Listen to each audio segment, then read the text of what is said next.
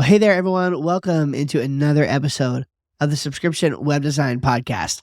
This might be one of the most important episodes that I ever record because it's really where the rubber meets the road. Now, some of you may or may not know that I have a Substack account, which is basically an online blog for subscription web design. And I used to post there like twice a month. I'm not consistent with it right now because I'm more so using it as a way to, when I have something that I want to think about very deeply, and because I do my best thinking when I'm writing, when I really want to explore the ins and outs and nuances of a subject very deeply, I'll go out and I'll post a blog over there. So you can follow it for sure if you'd like to.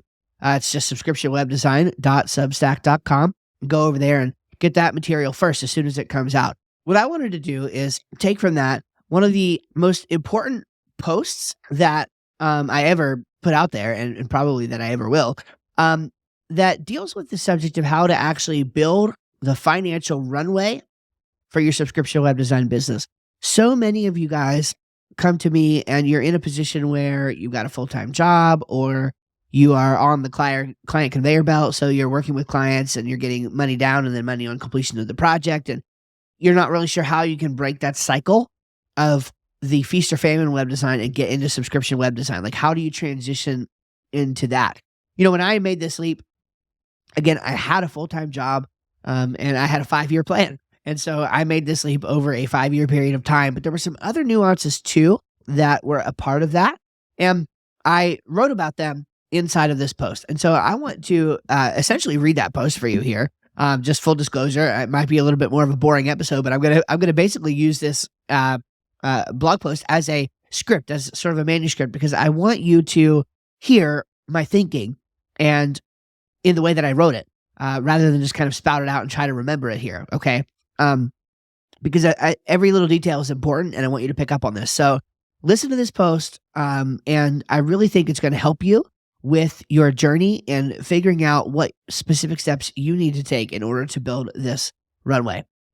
So in order to be a successful entrepreneur, you have to take risks. Right now, I've heard some version of that advice many, many times and from many, many places. And I also believe it's true. However, I am personally an extremely risk-averse person. So it would be easy for me to look my way and speak of missed opportunities, chances that I didn't take, and the like. But the simple reality is that I've built a stable and growing recurring income base that supports my family, allows me to purchase things that I need in the business, to give charitably, like to my church and other things. And I've done this all while embracing a very risk-averse mentality. And I hope that's something that you can relate to. Again, I don't like to take risk. So if you want to jump into subscription web design, but you're not quite sure how to build the runway that you need, then I think this is going to be a great, helpful starting point for what you need to do. So here's step 1. Find your point of no return. Find your point of no return. So having been around the block of business, so to speak, everyone seems to have an opinion on the best way to make the leap into a full-time living. The game changer for my family has been moving into full-time subscription web design, whether getting there from current employment like I did or from the normal feast and famine web design that you are familiar with. In either case, you've got to find a point of no return. This is a positive place, not negative, okay? This point is the number that once you hit it, you never have to take a traditional project fee again. I want you to hear that, okay? The point of no return is a positive place. It's the point that when you hit this number, you never have to take another traditional project fee again if you don't want to. Now, I don't really like math. Fortunately, subscription math, as we've talked about before on the podcast, is very simple. You need to determine, number 1, what you need to make. Number 2, what you want to charge. And then number 3, how many clients you need to close that distance. That's it. So you don't have to complicate it much more than that. So if you need to make $8,000 a month and you want to charge $300 a month, you need 27 clients to meet your goal. Now, here's a caveat for trying to plan to build your financial runway. You need to make this the lowest viable income possible, okay? You're looking for that number that you can get to that is going to allow you to, once you're working full-time with subscription web design, then you can increase it from there exponentially because you have more time for marketing and fulfillment and all of that. You want the lowest viable number that you can possibly survive on to start with. That's the number you want to shoot for. In my own situation, had I waited for what I really wanted to make in order to support my family, I would have probably been waiting for a while. But I'm a person of faith and I stepped out on faith. And in a very calculated way, I decided to make the jump. And so it's not like I was just totally blind here. I did step out on faith. I did. There was a small discrepancy between what would have made us really comfortable and what I was actually bringing in. But it was my lowest viable income, and it was enough to say, you know what? If we really went at this full time, we could make it work, and we did. I truly believe that a very important factor in this was making the jump at a time when I wasn't quite where I needed to be. So I had that hustle, I had that grind, and I really wanted to get after it. But I knew that I could meet our basic expenses and that we weren't going to go under. Step number 2, speaking of expenses, is to prune your excess. Okay. Prune your excess. So in that spirit, you must be willing to prune any excesses you currently have in both your business and your personal expenses. All right. My grandmother, probably yours too, used to say, a penny saved is a penny earned. It took a very, very long time for me to actually understand and internalize that. Actually, her sentiments are echoed in a classic called The Richest Man in Babylon. And there's another one called The Art of Money Getting by P.T. Barnum. That's a really good one as well. And those books also teach that concept that basically a penny saved is a penny earned. Now, this advice sort of strikes at our human propensity to spend a dollar the moment we have it, right? When I get money in, I want it to go out almost immediately. And that's not good. If we find ourselves on the hook for less will be spent. So we can actually trigger that and we can tap into that mentality. If we find ourselves on the hook for less will be spent. So ask yourself honestly, are there habits, subscriptions, or tools that are getting in the way of my financial freedom? Let me say that again because I want you to get this. Ask yourself this question. Are there habits, subscriptions, or tools, or anything else getting in the way of my financial freedom? Now, I love a good latte. I'm not one to say anything about somebody's latte, but is that latte getting in the way of your financial freedom? Something to think about. Are those AppSumo purchases? And I love a good AppSumo purchase.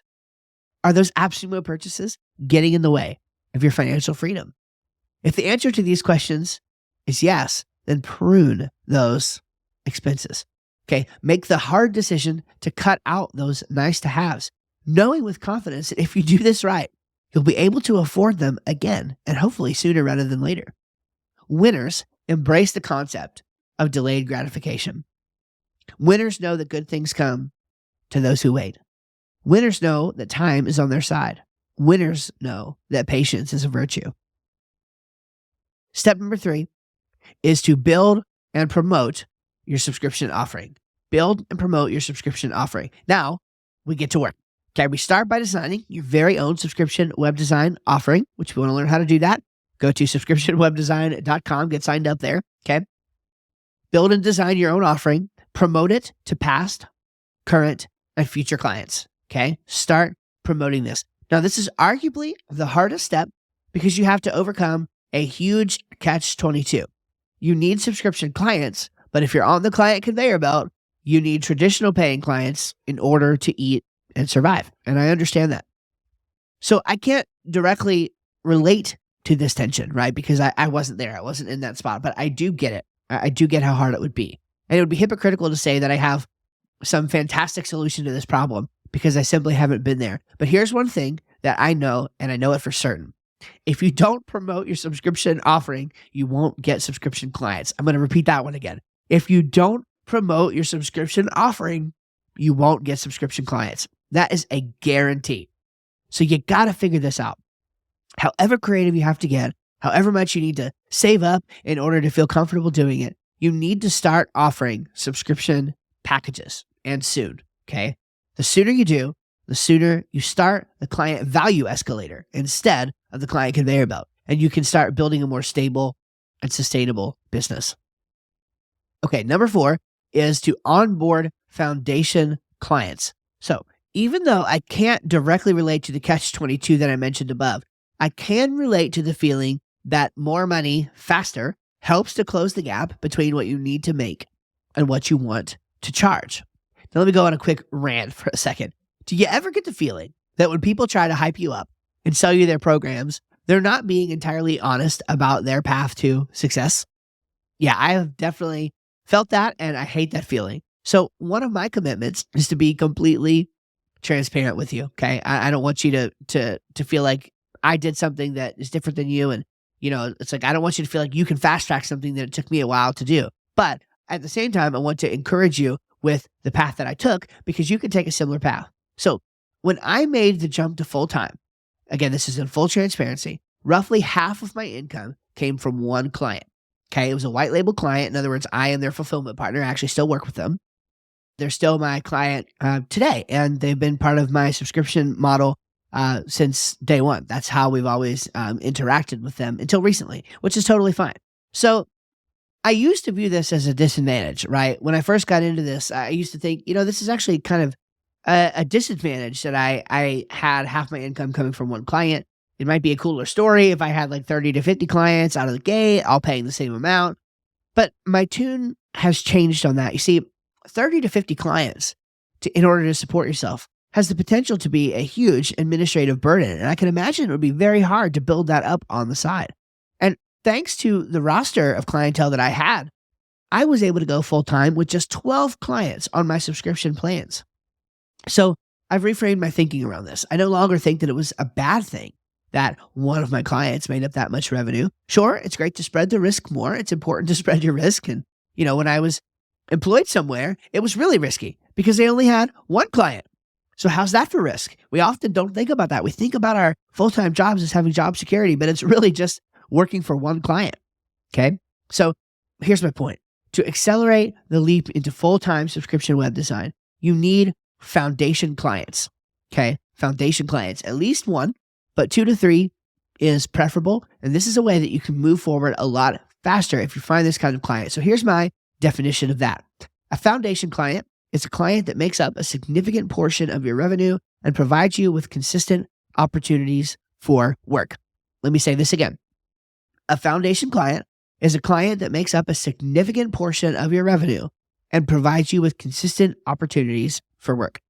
Now, there are different types of foundation clients. The two most common that I've seen are, number one, white label clients. So clients whose brand you work under to produce results for their clients. So if you're a web designer, can you team up with a marketing team or a graphic designer or a hosting company and work with them to support their clients on the aspects that they don't want to do? Oftentimes you can create relationships like that where they're bringing you the clients and they might have a much better marketing system going on than you do or have been in business longer or whatever and be able to feed you with clients and pay you more than you would make from a traditional client. The other kind that I see very commonly is a big fish client. So clients who have the time or the requirements of an in-house employee, but are willing to pay and interact with you as a contractor. I know one of my students, actually, he just went full-time with a company, at least temporarily, but he had a very long time contractor type relationship with another client where his full-time job was based on that. And so he sort of had that foundation client, if you will, where he could build the subscription revenue on the side. And so this, in my view, this is still better than being employed because typically, and it just depends on who you are and what you do. Like if you get to like work from home, and all of that, then it's a little bit better. But like if you have to go into the office and work somewhere for 8 hours and then come home and try to build your business on the side, trust me, I know because I did it. That is exhausting. So if you got somebody who, even if they take up the bulk of your time, but you work with them as a contractor and you still have the freedom to do life on your terms and to create your own schedule and to create your own workday, that is huge. And I think that that could be a great way to build up your subscription income on the side while being paid primarily by that foundation client. Again, even if they make up a huge chunk of your income, that can really help accelerate the process for you. So I think you should embrace foundation clients. When you're in a service business, there's only so much that you can do to level the playing field across your client base, though I am a fan of doing that when possible. Foundation clients can jumpstart the growth and the stability of your business. So I think you should be on the lookout for them. Of course, beware, losing a foundation client stinks and can obviously cause a big hit to your revenue if they leave. Again, you do want to spread that risk a little bit more. You should plan for that, but don't be afraid to take advantage of those relationships when you're fortunate enough to have them. Go forward confidently, knowing that they'll help you pay those bills and roll with the punches when they come as you're designing your business and getting on more of the regular subscription-based clients. Okay, step 5 is hustle mode, okay? You are now in hustle mode and you need to create a temporary schedule. A temporary schedule. I heard this quote from Michael Hyatt, who I think he probably got it from somebody else, but I heard it from him. He said, you can do anything you want. You just can't do everything you want. Boy, that is so true. Now, I have a love-hate relationship with what some have called hustle culture. I'm going to expand on this in a minute, but my basic philosophy is this. There's a time to hustle. Those times are necessary, but should be rare. Okay, there's a time to hustle. Those times are necessary, but they should be rare. Anytime you're making a seismic shift in your business, you should anticipate and be willing to dedicate time to hustle.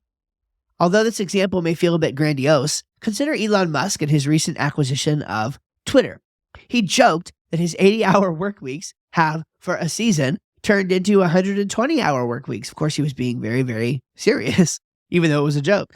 To be clear, I never advocate that a person is going to work that long. You just can't sustainably do that. But his point really matters and really makes sense, even at a smaller scale. When change comes, it's neither unusual nor unreasonable to allow for a period of time when you're hustling, when you're getting after it, when you're working those 13 or 14-hour days.